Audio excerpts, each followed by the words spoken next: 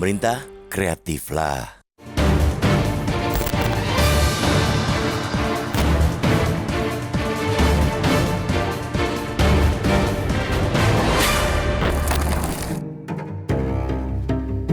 Program Astagita Presiden Prabowo Subianto terus menghadapi sejumlah tantangan. Semenjak awal 2025, tantangan makin nyata terlihat di sektor ekonomi. Sejumlah indikator ekonomi terus menunjukkan pelemahan.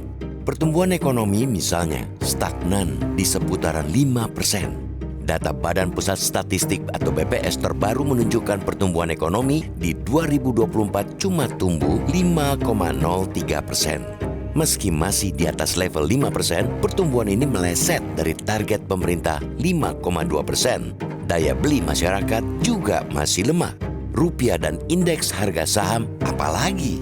Nilai tukar rupiah terus-menerus berada di atas 16.000 per dolar Amerika Serikat.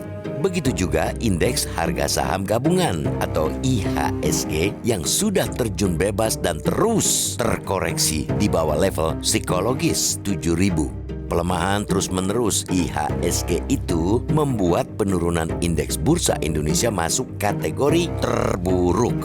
Kabar buruk juga datang dari industri padat karya. Sejumlah industri padat karya dilaporkan sudah ancang-ancang melakukan pemutusan hubungan kerja atau PHK. Gelombang PHK tersebut bakal terjadi di industri alas kaki dan tekstil di berbagai wilayah. Pada 2025, gelombang PHK di sektor ini diprediksi mencapai 280.000 pekerja dari sekitar 60 perusahaan tekstil. Belum lagi potensi PHK yang ditimbulkan oleh program efisiensi yang dicanangkan Presiden Prabowo Subianto. Meski pemerintah berkeras bahwa tidak ada PHK dari efisiensi tersebut dan hanya penghentian para pekerja kontrak, toh dampaknya ada ribuan pekerja kontrak yang bakal terlempar oleh program efisiensi. Indikator-indikator tersebut merupakan alarm yang semestinya direspons cepat-cepat oleh pemerintahan Prabowo Gibran. Memang, kondisi-kondisi pelemahan ekonomi tersebut tidak terlepas dari kondisi ekonomi global. Misalnya, rontoknya IHSG yang juga dialami oleh banyak negara.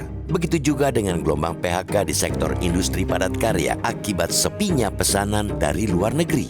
Namun, pemerintah tidak bisa berlindung di balik kondisi global tersebut. Pemerintah jangan melulu menyalahkan kondisi global.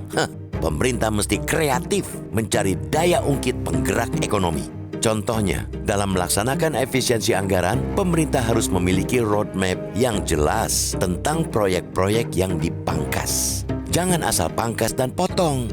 Jangan sampai justru menciptakan kekisruhan. Pertahankan proyek yang bisa menjadi pengungkit ekonomi dan bermanfaat langsung bagi masyarakat. Hentikan proyek yang salah langkah sehingga hanya sia-sia dan berdampak pada pendanaan negara yang tidak bermanfaat.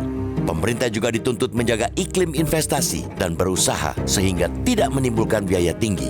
Misalnya, dengan menjamin keamanan investor dalam beraktivitas, yakni dengan membersihkan orang-orang yang kerap meminta pungutan seperti dikeluhkan sejumlah investor beberapa waktu lalu. Intinya, pemerintah harus set bergegas memperbaiki kondisi ekonomi agar resesi tidak lagi melanda.